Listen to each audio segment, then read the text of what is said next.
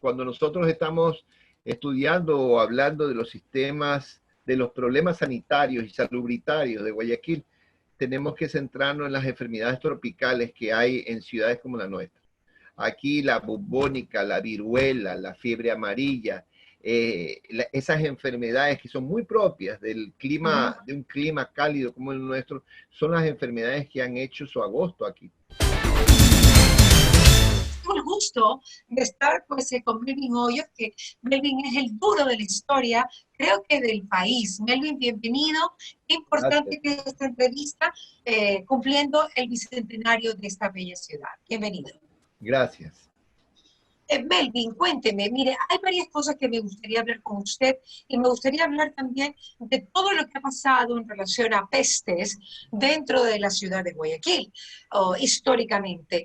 Pero quisiera que primero nos diga qué es el Bicentenario, qué significó el Bicentenario de Guayaquil para el Ecuador y también para Latinoamérica. Bueno, el 9 de octubre de 1820 es una fecha que debería realmente de ser recordada por todo el país y, ¿por qué no decirlo?, como una fecha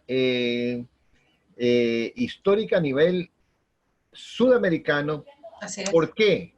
Porque el 9 de octubre de 1820 es el inicio del fin del poder español en América. ¿Por qué el inicio? Porque luego del 9 de octubre, los patriotas guayaquileños se embarcan en una cruzada para independizar la audiencia de Quito completa.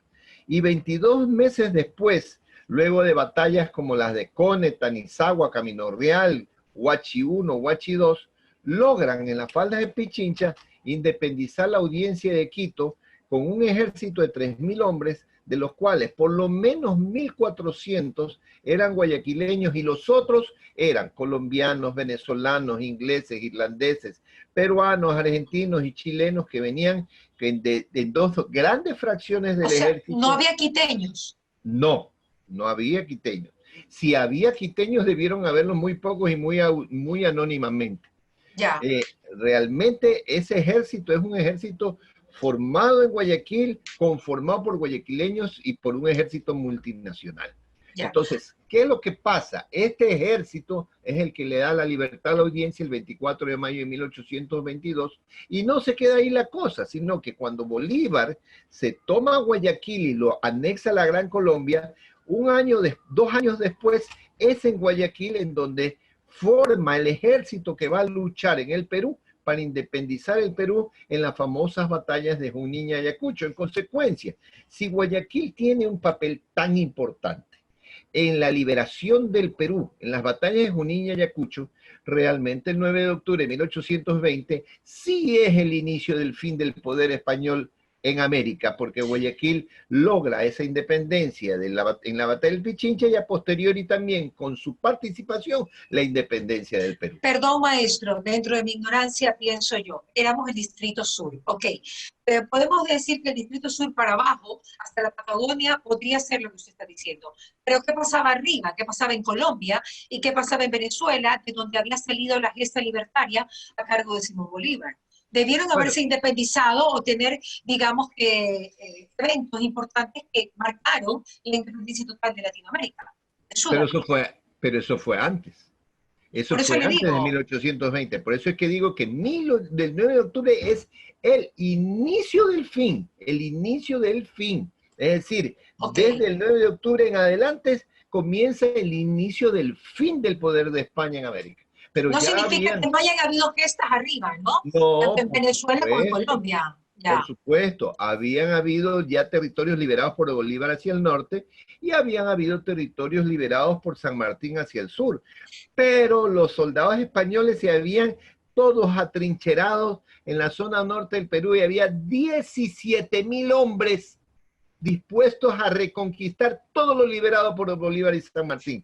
Y esos son los hombres que Guayaquil termina venciendo con el ejército multinacional formado por Bolívar y que triunfan en Junín y Ayacucho. Entonces, es el inicio del fin. El 9 de octubre es el inicio del fin. No quiere decir que no haya habido áreas ya independizadas, pero si no entra Guayaquil, todo se va al diablo y se vuelve a reconquistar por parte de España. Sí, ¿sí? tanto así, Melvin. Tanto así porque eran 17.000 hombres. No había un ejército más grande que ese, solo de españoles. Era un ejército que estaba dispuesto a reconquistar todo lo que Bolívar y San Martín habían liberado.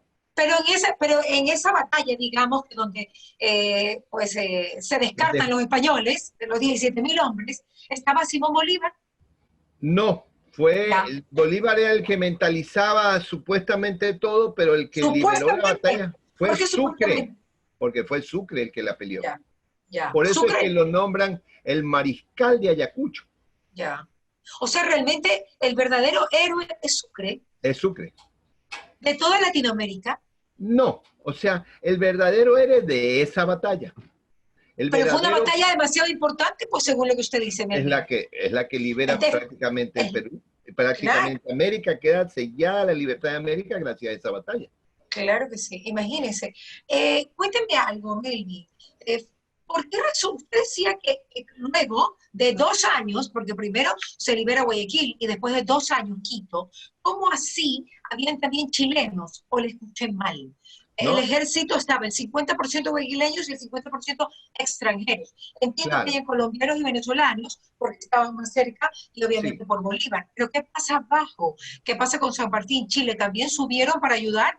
Claro, por supuesto. San Martín manda a un general que se llama el general Santa Cruz. El general Santa Cruz lo manda con 800 hombres. Bolívar manda desde el norte, manda 450 hombres, ¿ya? Estos hombres se reúnen con Antonio José de Sucre a la altura de Cuenca, de Loja. Ahí se reúnen con Antonio José de Sucre, que venía subiendo desde Guayaquil con 1.600 hombres. Esa gente era de Guayaquil. Entonces, los que manda San Martín vienen de Argentina, vienen de Chile, vienen del Perú, ¿ya? Los que manda Bolívar vienen de Colombia, vienen de Venezuela, pero a eso se le había unido también un batallón que se llama Albión, que era un batallón de ingleses e irlandeses. Entonces, viene este ejército que viene del sur y viene del norte, se une al ejército guayaquileño, se forma un gran ejército multinacional, que es el que pelea en el Pichincha y que pelea con hombres de Guayaquil y extranjeros pagados por Guayaquil, porque esos soldados no los pagaban ni Bolívar ni San Martín.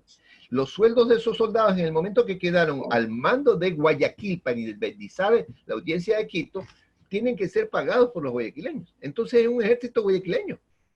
¿Por qué? ¿Qué los motivó a los guayaquileños a liberar Quito?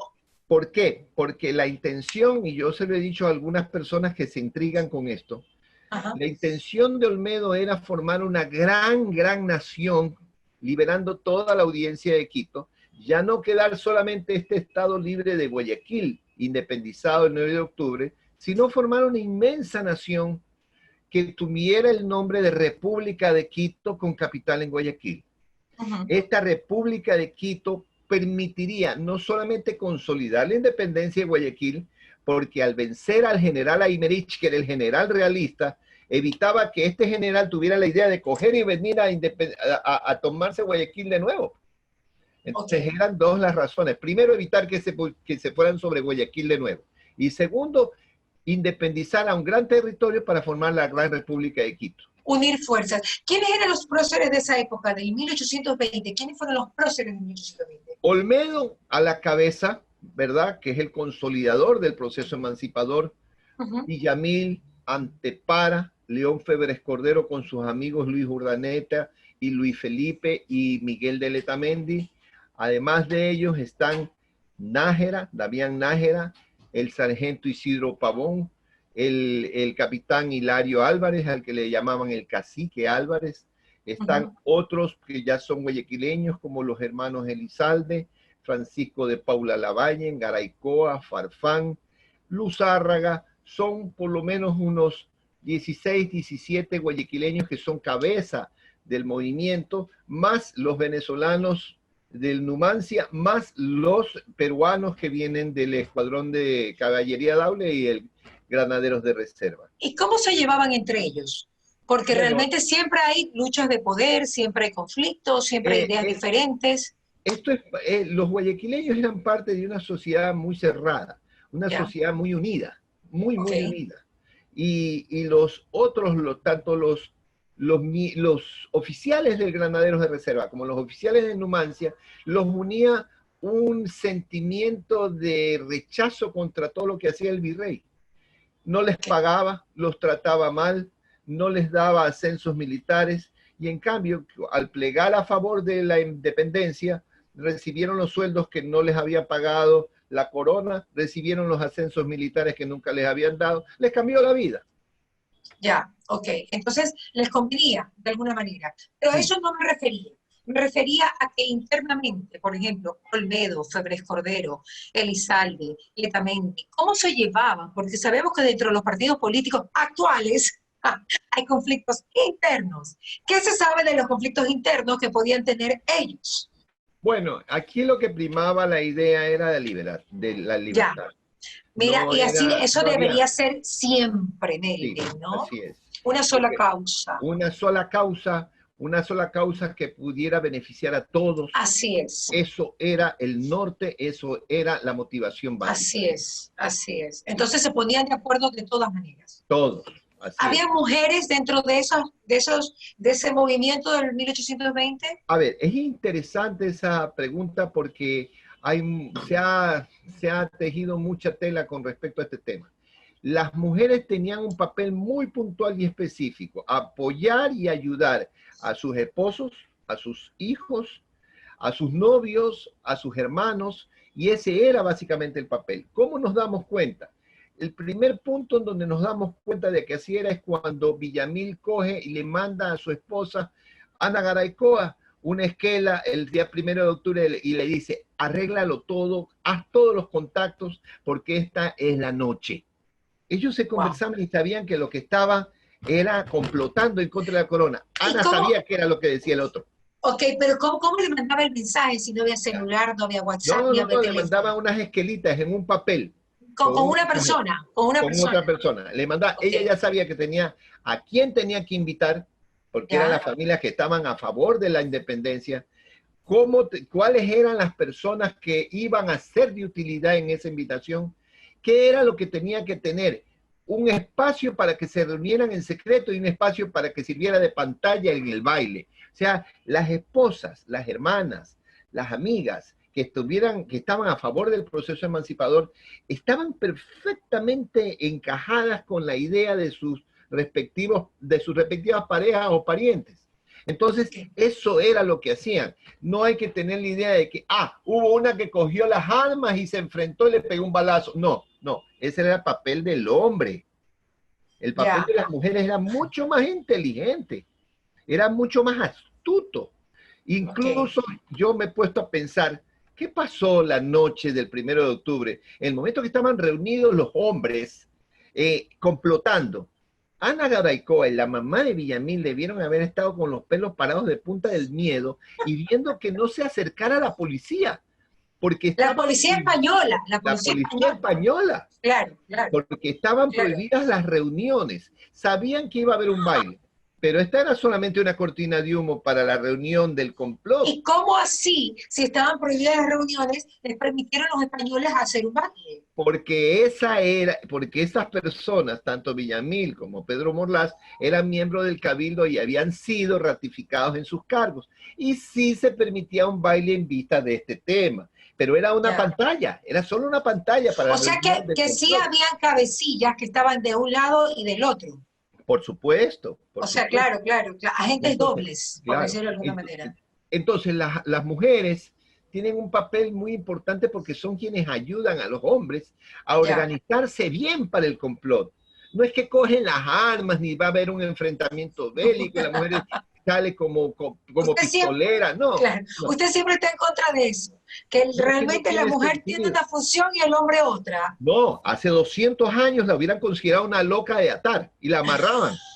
Entonces no tiene sentido. Manuelita, ¿cómo no la amarraron? ¿Cómo nombraron a Manuelita? No, ¿a quién? Manuelita Sáenz, que estaba loca de atar, pues Manuela Sáenz. Esa sí estaba loca. Y eso la Loca por el historia la ha Libertador. juzgado. Loca por el Libertador. La libertadora del Libertador, pero se lo metió debajo de la falda porque el otro era chiquito cuando lo iban a matar. Eso es, a ver, eso es literal. Eso usted me lo contó. Eso es Eso literal. es literal. Así Sí, fue. Así sí, fue. señor. Sí, Pero señor. no puedo creer que haya sido tan chiquito y ella tan alta. Bueno, 1,48 m y además flaco. Y ¿Ya? entonces, y ella un mujerón, entonces sí se lo En metía debajo de la cuclillas, pues, falda. ¿no? Claro, Claro, claro. Sí, un y se lo metía, muñaque y bien se lo metía, amplio. y se lo metía siempre debajo de la falda, Claro, ¿no? como, así es. Así es. Bueno, yo creo que si usted dice que ella realmente estaba loca, fue avalada por Bolívar y por eso es que no le pudieron hacer mucho, ¿no? Por supuesto, así es. Totalmente de acuerdo. El Pero más supo a quién se juntó. así es. Pero No era tan damas loca entonces, no era tan loca, era pilas. por ese lado no, por ese lado no. Claro. Pero por el lado de las damas guayaquileñas tuvieron un papel importantísimo. Hay un caso muy interesante. A ver. Cuando Tomás Guido y Luzuriaga, que son dos coroneles importantísimos de San Martín, vinieron después de la independencia de Guayaquil, vinieron a darle preparación militar al ejército guayaquileño que iba a pelear en las batallas que intentaban independizar la audiencia. Hubo un momento en que Guido y Luzuriaga decidieron ya irse de Guayaquil, pero era un momento muy, muy difícil porque el general Aymerich, que era el general de las tropas españolas, se decía que iba a invadir Guayaquil. Entonces, 17 mujeres, que eran las claves, las mujeres más valientes de Guayaquil, le dirigen aquí a los dos generales, a los dos coroneles, a Guido y a Luzuriaga, una carta en donde le dice que el valor se demuestra cuando el peligro se presenta y cuando la sociedad corre riesgo. Y que las mujeres guayaquileñas se han unido para escribirles a ellos y hacerles ver que este es el momento en que ellos, como hombres de bien, deben demostrar su valor. Y ellas les hacen una arenga en donde los avergüenzan. ¿Por qué? ¿Qué le hacen? ¿Qué arenga le hacen? Les dicen de que no es digno de hombres que tienen la talla de ellos dejar en riesgo a una ciudad que corre peligro en esos momentos.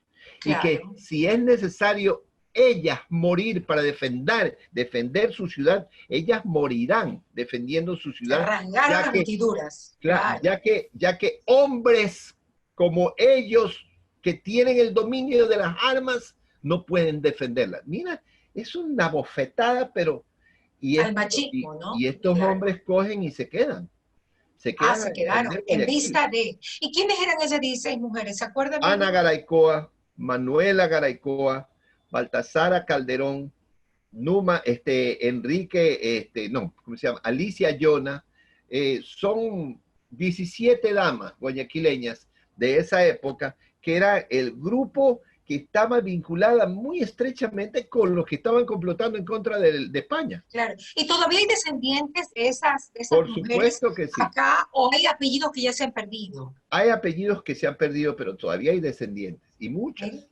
Debería haber una reunión de ellos, ¿no? Sería interesantísimo. Interesantísimo, sí, así Claro, claro, porque bueno, imagínense, de todas maneras vienen de próceres, descienden de próceres. Sí. Ahora vamos a lo que nos compete también, que es el tema de las pestes. Guayaquil está viviendo una peste realmente inusitada, o sea, algo que nunca se había vivido antes de nuestra generación. En nuestra generación, Melvin, algo que no habíamos vivido definitivamente, pues obviamente lo que habíamos vivido fuertemente fue la gripe española, luego de la Primera Guerra Mundial, si no me equivoco, y luego de eso, pues no llegó tanto, por lo menos he sabido que acá en Ecuador solamente murieron 180 personas en la gripe española. Sí. ¿Ok? Entonces quisiera que usted, como erudito en el tema, nos cuente cuáles son las pestes que han asolado esta ciudad. Básicamente son dos. Antes de esta que estamos viviendo, hay dos momentos pero muy duros y muy críticos. Y son en el año 1842, cuando se repite, después de 100 años de que ya se había suscitado lo mismo, se repite la plaga de la fiebre amarilla. La fiebre amarilla llega en un barco desde Panamá bajan 2 enfermos y esos enfermos cogieron y dejaron la ciudad destruida, porque desde 1800... Dos enfermos, dos enfermos. Dos enfermos. Así ¿Pero dónde fueron? ¿Socializaron mucho? ¿Qué pasó? Los bajaron para curarlos. Bueno, la fiebre amarilla se transmite a través del mosquito, ¿no? La fiebre amarilla se transmite a través del mosquito, pero también de manera directa. Sí, sí, o sea, claro, digamos con los fluidos. Sí, sí, sí. Y okay. Es sumamente contagiosa. Es tan contagiosa como el COVID-19.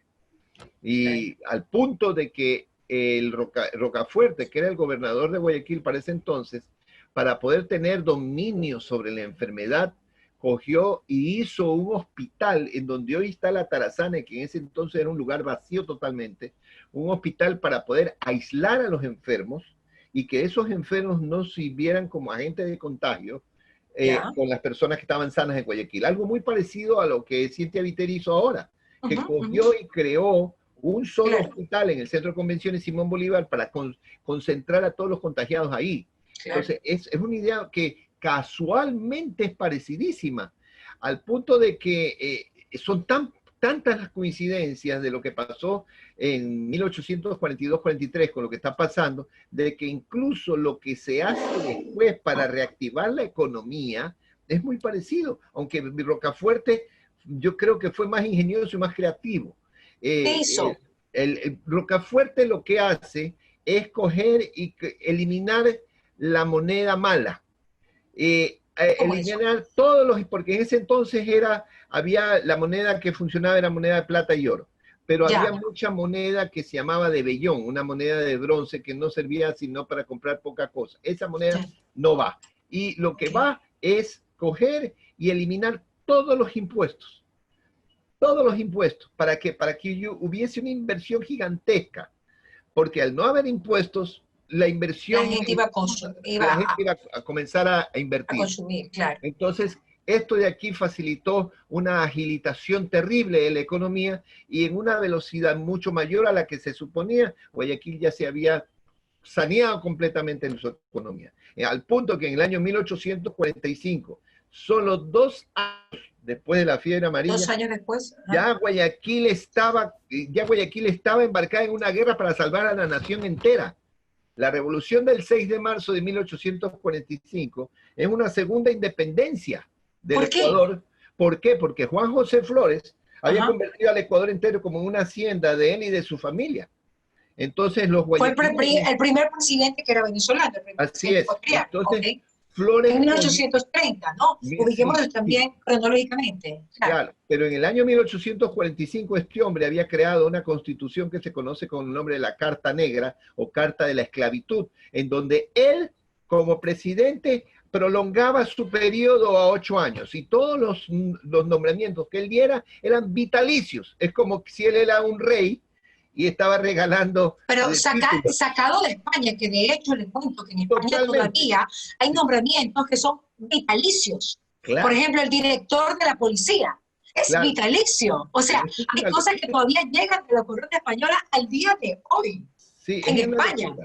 Es increíble, claro. Totalmente reñido con las ideas de la democracia. Entonces, los guayaquileños que toda la vida tuvieron una mentalidad liberal, y que esa mentalidad se fue consolidando cada vez más, y principalmente cuando Rocafuerte fue el gobernador, los guayaquileños dijeron, no señor, usted va a echar a perder todo lo que hemos logrado en estos años de libertad. Entonces hubo una batalla en una zona donde hoy en día está la antigua Hacienda La Virginia, en Babahoyo. Esa batalla fue la batalla del 6 de marzo del 45 que le dio un nuevo giro a la vida democrática del Ecuador gracias a los guayaquileños. Y si ¿cómo se habrá recuperado económicamente Guayaquil para que se pueda embarcar en una cuestión bélica? Exacto. Para liberar el Ecuador entero. Ahora, tanto tiempo estuvo en el poder Juan José Flores, desde el 830 hasta el 1845, 15 años. Con un paréntesis pequeño entre 1834 y 1838, en que fue Rocafuerte presidente de la República. Pero él regresa, Flores regresa. Y ahí vuelve Flores. Y se trata de consolidar para quedarse prácticamente como rey para siempre.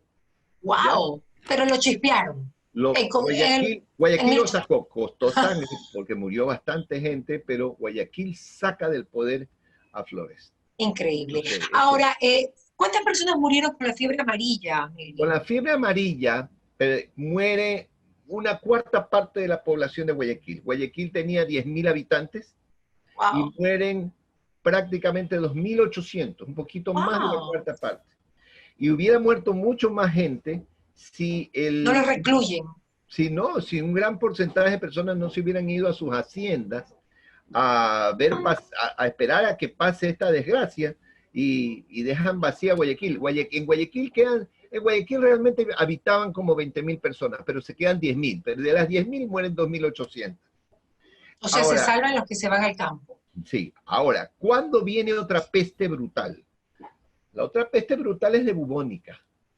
Es terrible, pero terrible, terrible, y comienza a haber un rebrote de fiebre amarilla a inicios del siglo XX. Por eso es que viene el famoso doctor Hideo Noguchi. Y el doctor Noguchi viene, claro, a resolver ese problema. Pero paremos un ratito. Pasamos luego de 1840, de la fiebre amarilla, pasamos de todas maneras por la gripe española. Aquí hubo muy pocos casos, pero que realmente es importante tratarlo. Pero no es... En 1900. Es muy incipiente. Es incipiente. Casi no pasó nada. Aquí no pasó nada. Increíble, ¿no? No pasó nada. Estados Unidos murieron millones de seres humanos, en Europa igual, pero aquí no. Aquí pasó sin dejar mayor huella, francamente. Dicen que fue por un doctor que luego fue presidente de la República, que él fue el que, bueno, lo publicamos en Revista Mariela, él dio las medidas de seguridad que son las mismas de ahora para no contagiarse. Sí, claro, así es. Ahora, realmente yo creo que cuando nosotros estamos estudiando o hablando de los sistemas, de los problemas sanitarios y salubritarios de Guayaquil, tenemos que centrarnos en las enfermedades tropicales que hay en ciudades como la nuestra. Aquí la bubónica, la viruela, la fiebre amarilla, esas enfermedades que son muy propias del clima, de un clima cálido como el nuestro, son las enfermedades que han hecho su agosto aquí. La viruela, dejemos la española entonces, que no fue tan, digamos, tan dramática. No. Vámonos a la bubónica. Ya, la bubónica fue fruto de un problema salubritario terrible de sanidad que hubo en Guayaquil a inicios del siglo XX con una proliferación brutal de ratas. Ya, esa proliferación de ratas venía de la parte baja o subterránea que se había formado debajo de la Casa del Cabildo, es decir, debajo de donde hoy está el Palacio Municipal. Wow. Se formaron cuevas gigantescas de ratas. De ratas de este porte, capaz. Enormes, que venían haciendo esas madrigueras desde tiempos coloniales, desde fines del siglo XVIII, cuando el gobernador Ramón García de León y Pizarro, un gobernador español, había construido en ese sitio donde está el Palacio Municipal un enorme mercado. Desde ese entonces, hace 200 y pico de años, habían formado cuevas las ratas allí, y para el año de 1906, 1907, se dan cuenta de que allá abajo es que estaba el foco de infección de la bubónica. Y es por eso que cerraron esa manzana con unas planchas de zinc, todita la acercaron y le metieron candela, fuego. Quemaron la Casa del Cabildo y quemaron el mercado de la orilla. ¿La bubónica es la misma peste negra que vivió España y Europa? No, es otra. La bubónica es una enfermedad por medio de la cual al ser mordido o al comer algo que ha estado en contacto con una rata con bubónica, te forma en la barriga un grano enorme que se llama bubón y que va creciendo como un forúnculo gigante y se te llena con medio litro de pus, pues. Y el dolor es insoportable. Eso ya no se ve, Claro, entonces, no, es muy raro, ya la bubónica casi está desaparecida. En India sí hay, se ve en India y en África. Pero aquí había bubónica, y esas ratas con bubónica generaron una enfermedad que mató una cantidad enorme de gente. Pero la peste negra también fue de ratas en Europa. Claro, pero es otra enfermedad. Es otra. El vector que también es la rata. Ya, pues entonces sabemos que las ratas generan mucho caos. Las Claro, ratas en todos sus sentidos. sí, sí, sí. Ok, muy bien. Sigamos nosotros. ¿Y digamos qué remedio le daban a la gente que estaba con bubónica? ¿Hubo Ya, algo, no sé, algo, una quinina, vacuna? ¿Ah? quinina. En ese entonces no había vacunas para eso. Lo que le daban quinina y le daban otras medicaciones que cogían, Quinina, sí, que es un componente de la hidroxicloroquina, de la que planta es de el la quina. árbol que hay mucho en Santa Cruz, en Sí, Galápagos. sí, así Pero es. si sabe que el doctor Andino hablaba de la quinina, hablaba que es un compuesto de la hidroxicloroquina, lo que también se está utilizando o Por se ha supuesto. utilizado ahora en el COVID. Por supuesto, porque es que el compuesto básico de la quinina, ¿qué es lo que hace? Disuelve la bacteria grasosa de toda enfermedad que tenga bacteria grasosa, ¿ya? Hmm. ¿Ya? Y entonces eso cura algunas enfermedades, porque disuelve las bacterias que son bacterias grasas. ¿Ya? Que Okay. es el mismo principio del dióxido de cloro, que es dos moléculas de oxígeno y una de cloro, que es lo mismo de la hidroxicloroquina, ¿ya? El Ajá. hidroxicloro es dióxido de cloro, más quinina, ¿ya? Eso no me la sabía. Empiezo Claro. mañana. Yo tengo la refrigeradora aguantándome, todavía no me entrego. Bueno, pero entonces, ¿cuántas personas murieron en Guayaquil? Bueno, en ese entonces murieron más de 6.000 personas. Cuando llegó Noguchi había habido una debacle de muertes de personas por bubónica y por un rebrote de fiebre amarilla. Y Noguchi en sus investigaciones hechas aquí logra encontrar la manera de acabar con la fiebre amarilla. Aquí. Con la Entonces, bubónica, dirá. La con la bubónica. fiebre amarilla, porque paralelo a la bubónica, antes de la llegada de Noguchi con la misión Rockefeller, hubo un rebrote de fiebre amarilla, Mm. ¿ya? Que cuando Entonces, viene, viene todo. se viene con todo. Sí. Entonces, esa fue en el siglo XX, creo yo, y antes de lo del COVID-19, fue uno de los momentos más críticos del proceso de Ahora, la pero salud. esto simplemente digamos que estaba a salvo si tenías medidas sanitarias, pues, ¿no? Si te lavabas las manos, si estabas limpia. Se podía en esa época contar con suficiente agua, con No, suficiente, claro, ahí está. los medios para resolver el problema desde el punto de vista salubritario no existían en Guayaquil. Claro. No existían. La Nosotros salubridad recién, era decadente en todas totalmente. las clases sociales, ¿no? No, es que además no había la infraestructura sanitaria Claro, que se tampoco. requería. No había todavía toda la red de agua potable que se requería, no se había construido esa red. No existían, no teníamos los recursos para hacerlo. Recién Francisco Campos Cuello, a inicios del siglo XX, había comenzado a impulsar al municipio de Guayaquil para que pudiera continuar con redes de energía eléctrica, con redes de agua potable y aguas servidas y aguas lluvias. La infraestructura de Guayaquil estaba surgiendo, y no porque Guayaquil fuese atrasado, porque muchísimas ciudades estaban en las mismas condiciones en América Latina, es porque era caro, difícil, y en consecuencia, pues la salud de la gente era muy precaria comparado con la salud de la gente hoy en día que tiene otros recursos científicos, tecnológicos y Claro. una infraestructura infinitamente superior a la de esa época. Muy bien, ya para finalizarlo, porque sé que usted ahorita está más asediado, todo el mundo quiere, todos quieren con Melvin. Obviamente, usted es el que más sabe del bicentenario de Guayaquil. Melvin, luego de la bubónica, ¿qué otra enfermedad antes del COVID? ¿Qué otra peste, perdón? Yo creo, y ya porque lo recuerdo, es sin lugar a dudas el dengue. Claro, O es el verdad. dengue cuando En los aparece, 80, ¿no? En los 80. claro, cuando aparece Claro, y cuando es viene la verdad. mutación a dengue hemorrágico, recordemos, se llevó muchísima gente, muchísima gente. Pero no como ahora. Yo lo No, viví el dengue y más aún en Manaví, que también hubo mucho dengue claro, y hemorrágico. sí, sí, Y sí, la chikungunya, que también fue un claro, tema complicado. pero no Pero como, no no, como ahora, no. no. Pero ojo con un detalle. Yo soy de los que creen definitivamente de que siendo sumamente grave el caso del COVID-19, existe definitivamente un complot mundial para hacerlo más grande, hacerlo ver más grande. ¿Por qué?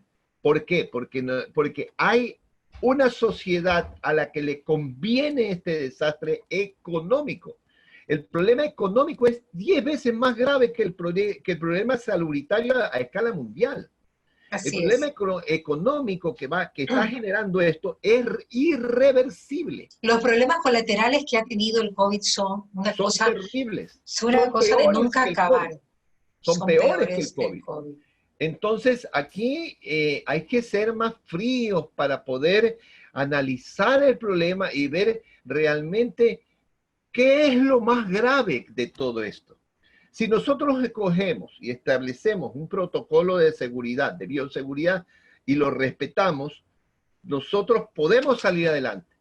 Pero entonces nos caen encima con novedades de que no, de que esto de aquí es un peligro, y lo de acá también, que mejor quédate en casa. Si te quedas en casa, Así es. se acabó la economía de la nación. Yo no estoy de acuerdo con que la gente se quede en casa. Yo creo que hay que salir con protocolos. Exactamente, eso es lo que hay que hacer. Y la gente tiene también que tener en los restaurantes y todos los lugares protocolos. Yo soy una fan de que la gente tenga viniles, o sea, así sean plásticos en los restaurantes. Yo sé que es una inversión alta, pero si sean plásticos, pero la gente tiene que tener viniles y tiene que tener siempre protocolos. Eso no lo podemos dejar de hacer. Pero estar afuera, porque no podemos quedarnos en Claro, casa. así es, así es. Vea lo que pasa en los países nórdicos. Los países nórdicos ya están bien. Los países nórdicos se manejan increíblemente. Los nórdicos, porque Alemania no, España no, Italia no. Noruega, Dinamarca, Finlandia, Suecia, esos países están en perfectas condiciones su economía porque aprendieron a vivir con unos protocolos precisos. Cambiaron su forma de vivir y están reenrumbando su vida. Pero tienen otras costumbres, no son tan gregarios como el latino, o sea, no hay tanta acumulación de gente, no hay tantos habitantes por metro cuadrado. Acuérdense que ahorita les toca el invierno y todos se van a quedar en la casa. Nadie va a salir a las calles. Acá tenemos, la metrovía, o sea, arde, ¿no? La metrovía. Claro. Yo no sabía que un porcentaje tan grande de guayaquileños se movilizaban en la metrovía. Creo que hablábamos el otro día, creo que era el 60 o el 80%, los guayaquileños se movilizan en la metrovía. Es muy grande, sí. O sea, realmente, entonces nosotros nos movemos, somos una ciudad que vibra como vibra Madrid, como vibra Barcelona, como vibran las grandes ciudades del mundo. Sí, de hecho, somos un poquito más, tenemos un poquito menos de habitantes de Roma. Así es Guayaquil. Guayaquil es increíble. Ahora, ya para finalizar, le juro, Melvin, ¿cómo se siente en el Bicentenario? Porque yo les juro que lo he pensado casi que todo el año. ¿Cómo será para él vivir algo tan importante? Es como un reinado para usted. Es como, no sé, una cosa, un evento que trasciende tal vez su piel, que trasciende su alma, es algo que usted probablemente soñó vivir. Tal vez no en estas circunstancias, pero soñó vivir. Sí, es verdad. Mucho tiempo estuvimos esperando esto y estuvimos programándolo desde hace más o menos unos 7 años. Recuerdo perfectamente con el doctor Francisco Huerta que fuimos y Benjamín Rosales Valenzuela, que fuimos los primeros en mentalizar el comité bicentenario.